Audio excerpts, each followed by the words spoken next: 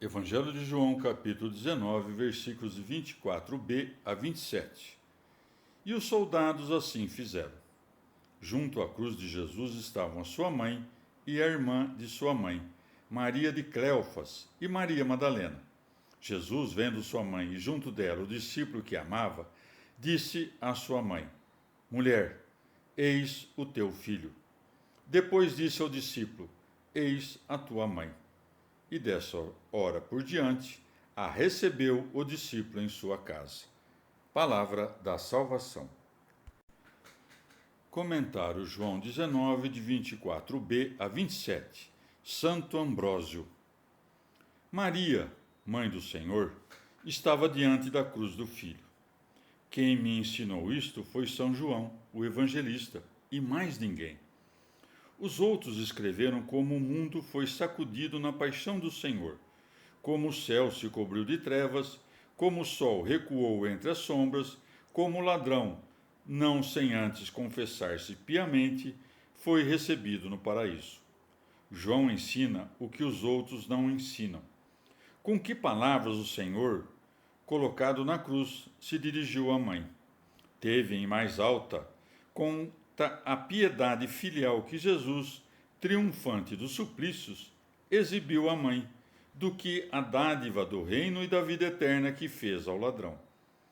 Pois, se foi piedoso dar a vida ao ladrão, muito mais rico em piedade foi o filho honrar a mãe com tamanho afeto.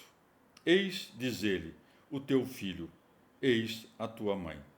Do alto da cruz, Cristo deixava em testamento e repartia entre a mãe e o discípulo a sua piedade. Redigia um testamento não apenas público e para toda a humanidade, como também doméstico e privado. E esse seu testamento era assinado por João, digna testemunha de tamanho testador. E era um bom testamento, deixando de herança não dinheiro, mas a vida eterna, escrita não com tinta, mas com o Espírito do Deus vivo. A minha língua é pena de escriba, que escreve velozmente. Salmo 44, 2.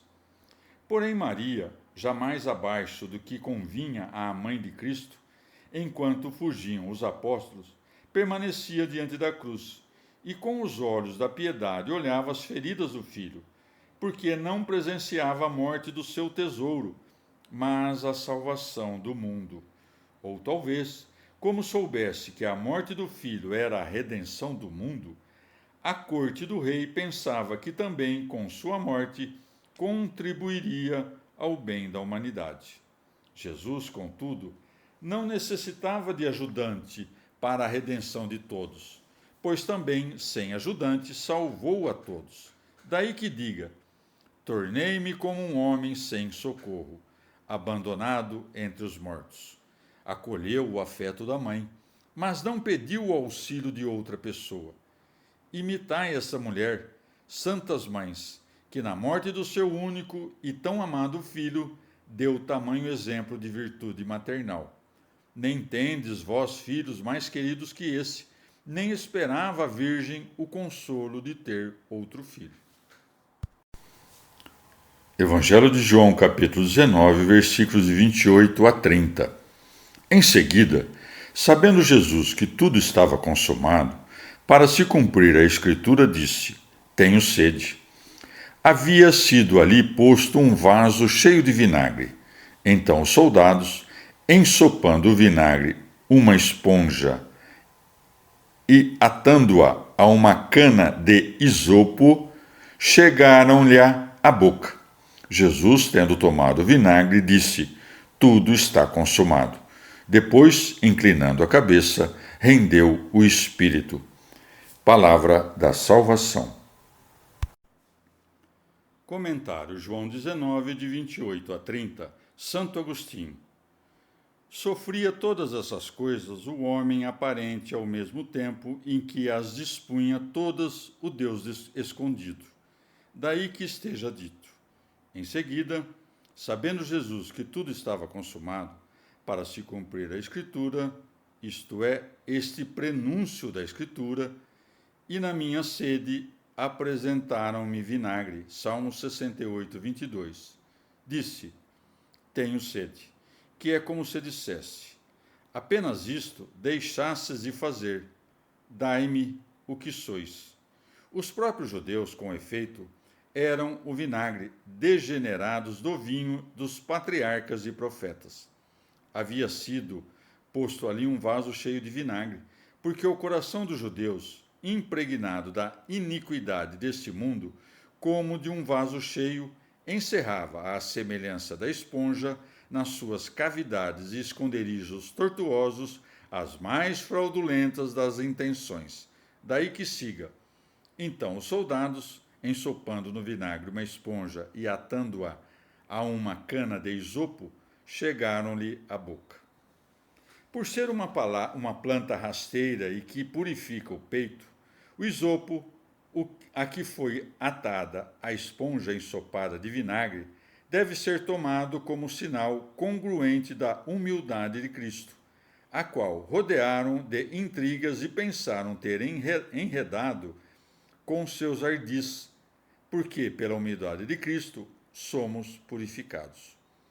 Não se abale o fato de que tenham conseguido alcançar-lhe a esponja à boca, posto que ele, suspenso na cruz, estivesse tão acima do chão, pois, como lemos nos outros evangelistas, mas este omitiu. Os soldados valeram-se de um caniço para levantar até o alto da cruz a esponja com tal bebida. E o que está consumado, senão o que a profecia predisse com tanta antecedência? Uma vez que de tudo que ainda precisava fazer antes da morte, já não restava mais nada. Segue. Depois, inclinando a cabeça, rendeu o espírito, pois estavam já cumpridas todas as coisas que aguardavam a serem cumpridas, assim agindo conforme o poder que tinha de despedir e outra vez retomar a sua alma. Quem é que dorme tão logo quer, assim como Jesus morreu, apenas quis? Quanto não será grande o poder de Cristo ao julgar, quer infunda esperança, quer incuta medo, se tão grande se manifestou ao morrer? Evangelho de João, capítulo 19, versículos de 31 a 37. Os judeus, visto que era o dia da preparação, para que não ficassem os corpos na cruz no sábado, porque aquele dia de sábado era de grande solenidade, rogaram a Pilatos que lhes fossem quebradas as pernas e fossem tirados. Foram, pois, os soldados e quebraram as pernas ao primeiro e ao outro com quem ele havia sido crucificado. Mas quando chegaram a Jesus, vendo que já estava morto, não lhe quebraram as pernas, mas um dos soldados traspassou-lhe o lado com uma lança, e imediatamente saiu sangue e água. O que foi testemunha desse fato o atesta, e o seu testemunho é digno de fé, e ele sabe que diz a verdade, para que também vós acrediteis. Porque essas coisas sucederam para que se cumprisse a Escritura. Não lhe quebrará osso algum. Êxodo 12, 46. E também diz outro lugar da Escritura: lançarão o olhar para aquele a quem traspassaram. Zacarias 12, 10. Palavra da salvação. Comentário João 19, de 31 a 37. Santo Agostinho. Não era para lhes decepar as pernas, que as quebrariam, mas para acelerar a morte aos condenados e tirá-los o mais depressa do lenho, a fim de que não manchassem mais a grande solenidade da Páscoa com o horror de seu prolongado suplício, suspensos na cruz. O evangelista escolheu com muito cuidado esse verbo. Não disse furou-lhe ou feriu-lhe o lado, mas abriu, como se, de alguma forma, naquele momento, as portas da vida se descerrassem para dali jorrarem os sacramentos da Igreja, sem os quais não se entra na vida, que é a verdadeira vida. Daí que siga, e imediatamente saiu sangue e água. Aquele sangue foi vertido para a remissão dos pecados. Aquela água tempera o cálice da salvação. Este cálice fornece ao mesmo tempo banho e bebida.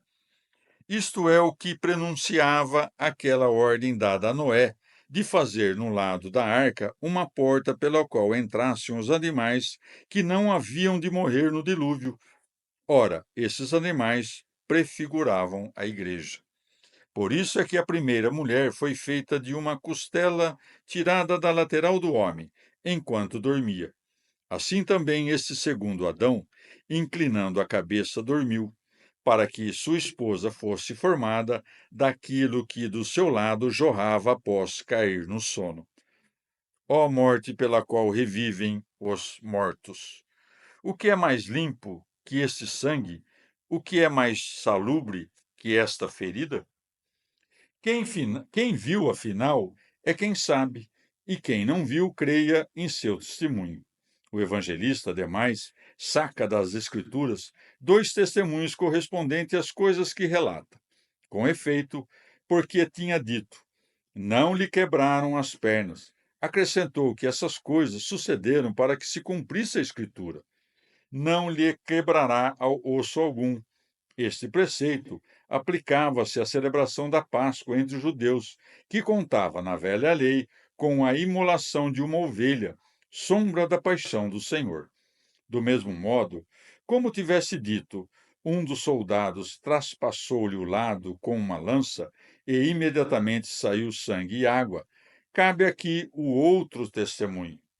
E também diz outro lugar da Escritura: lançarão o olhar para aquele a quem traspassaram, onde está prometido que Cristo virá ao mundo com a mesma carne com que foi crucificado.